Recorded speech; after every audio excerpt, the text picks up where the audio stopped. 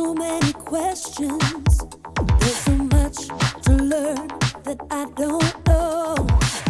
I don't have a direction, but God, I know you show me where to go. You help me to see the best I can be. Now there's no stopping me. I wanna go further, I wanna go faster. God, your wisdom is all that I'm after. I wanna dig deeper, can't wait any longer. God, I know that you're making me stronger. Further, faster. I wanna go further. I wanna go further, faster. I've got so many questions. There's so much to learn that I don't know. I don't have a direction, but God, I know you'll show me where to go. You help me to see the best I can be. Now there's no stopping me. I wanna go further, I wanna go faster. God, your wisdom is all that I'm after. I wanna dig deeper, can't wait any longer. God, I know that you're making me stronger. Further, faster. I wanna go further. I wanna go further, faster. Your way is the good life. Won't you show me? Won't you show me? Lead me to do what's right. Won't you show me? Won't you show me? Your way is the good life. Won't you show me? Won't you show me? Lead me to do what's right. Won't you show me? I wanna go further. I wanna go faster. God, your wisdom is all that I'm after. I wanna dig deeper, can't wait any longer. God, I know that you're making me stronger. I wanna go further. I wanna go faster. God, your wisdom is all that I'm after.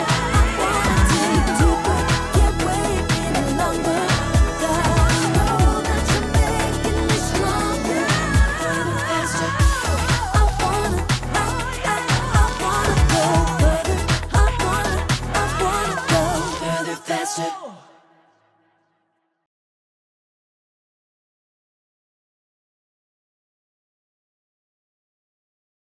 There is no way you're gonna beat my record. Oh! I told you, the prize is mine! I don't even think that registered. Come on, Brandon! Pretend it's me! Oh no, you're so weak, Brandon. You're so weak. No way!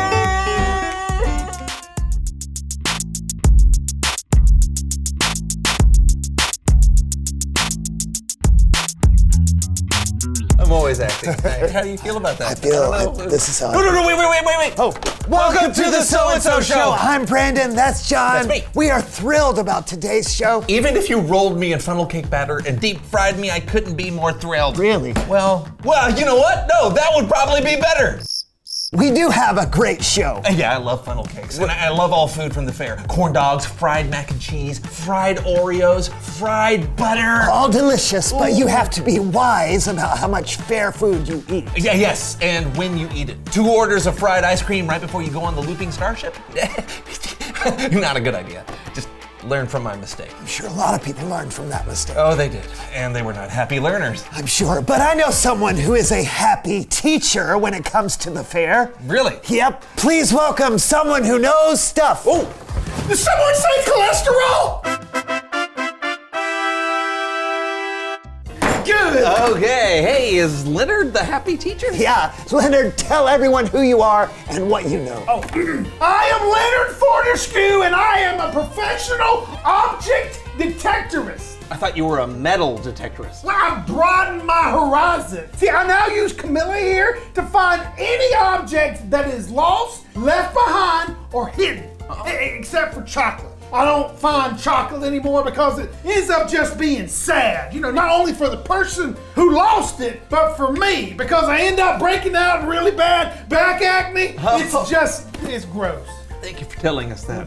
Why is Leonard here? I'm here to show you some things Camilla and I have found at the fairgrounds and to give some hints and suggestions on how to keep you and your belongings safe when you're out at the fair. Well, this should be Interesting. Show us what you have. Yeah. Now, the number one thing lost at the fair is hats. Look at this big old hat. How could you lose this thing? But somebody did. You know, they just fly right off your head. Yeah. You go on a coaster and woohoo, there it goes, just flying all off. No matter how many times the ride operators tell them, hey, take them off and hold them. People don't listen. The next thing you know, they gone.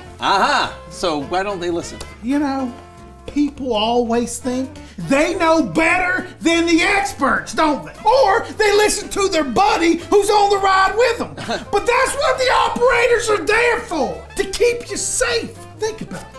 Should you listen to your buddy who just ate 3 orders of nachos, 2 cotton candies, and a weird dessert thing called a gut punch? Or should you listen to the man with an amazing mustache who has watched thousands of people ride the same ride? It seems like a no-brainer. You would think so, wouldn't you? Now, there's some other things that people actually, put in their pockets and they lost them anyway. They just flew on out. Look, we got wallets. Wow. We got keys. We got phones. We got dentures. Well, those probably weren't in their pockets, but you get the idea. So what are people supposed to do with the stuff they need? Most of these are essential. Yeah, especially the dentures. Well, it's all about thinking it through. Nobody plans on losing something, but the craziness and the beauty of the amusement park, it just distracts us. So we lose focus. You want to be wise with your stuff, rent one of those lockers or wear pants with lots of zippers on them. Oh, good advice. Anything else? People also drop lots of food. Like, look at here. Is it smart to eat food people have dropped? Well, I just go by the 52-second rule. If it's 52 seconds, you're still good. No, thank you. I'm full. Oh, I better make like an armadillo and get on out of here. But remember, if you want to enjoy your time at the fair, think it through. Stay focused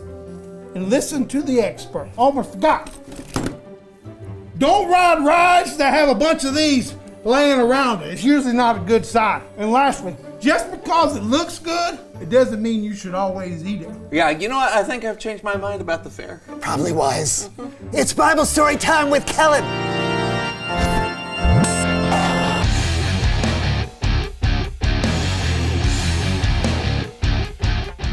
Hey fellas, looks like you're learning some great wisdom today.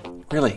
I thought we just learned not to eat found food off the floor at the fair. Well, that is wise and a fantastic alliteration, by the way. Oh, got a story for us, Kellen? I do, and there just might be some more wisdom to learn from it. Oh, then take it away. Today's Bible verses come from the book of Psalms. Now, the book of Psalms is a collection of songs and poetry, and it's special because it's the only book in the Bible written directly to God. Most of the Psalms were written by King David, but a few other authors, including David's son, King Solomon, wrote some as well. Now, before David was king, he helped take care of sheep. So he knew, oh, this should be fun.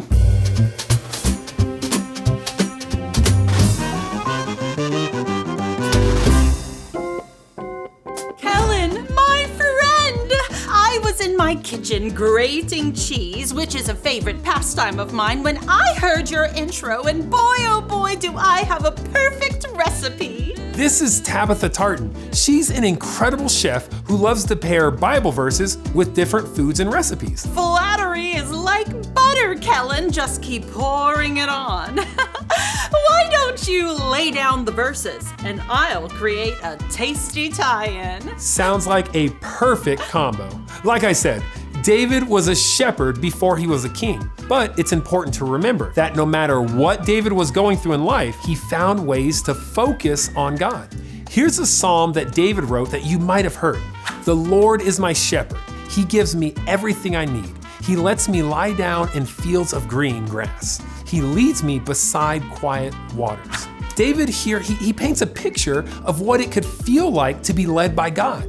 When you read this psalm, you can imagine being in a peaceful field near a calm, clear stream. Stop! Ah! Look at these quiet waters, just like David wrote about. When things are still like this in life, it's the perfect time to focus on God, to stop and listen to what God might be telling you. Then again, when life throws things at you, when the waters are troubled, oh dear, when you put in too many potatoes and your pot overflows, it's also the perfect time to focus on God. Really, every time is the perfect time to focus on God. We should all find ways to share with God how we feel, to peel away the distractions and let God truly see who we are on the inside. Now that's one clean potato. You're right, Tabitha. David often expressed how he was feeling through Psalms to God. Now, he did that in good and bad times. Before David was king, there was a king named Saul. Now, Saul chose not to focus on God. So, God chose David to take Saul's place while Saul was still king. So David had to wait to become king. And in the years that he waited, David, with God's help, defeated the giant Goliath and led Israel's army into battle, winning victory after victory after victory. And even then, as he grew more and more popular, David remembered where his focus should be. One time he wrote this, "Lord, our Lord, how majestic is your name in the whole earth. You have set your glory in the heavens." David knew to focus on how great God is instead of bragging about himself and how great he was. What it all boils down to is... Speaking of boiling, the potatoes are good and boiled and ready for the next step. David's next step was becoming a famous military leader, but instead of basking in his own glory, David poured out his heart in praise to God.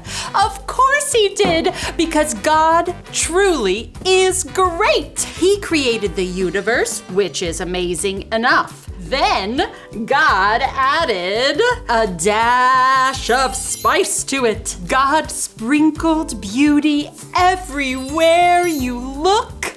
He peppered in the trees and rivers and flowers. And God topped it all off with a sky full of stars and planets and galaxies and supernovas and cheese. God created cheese too.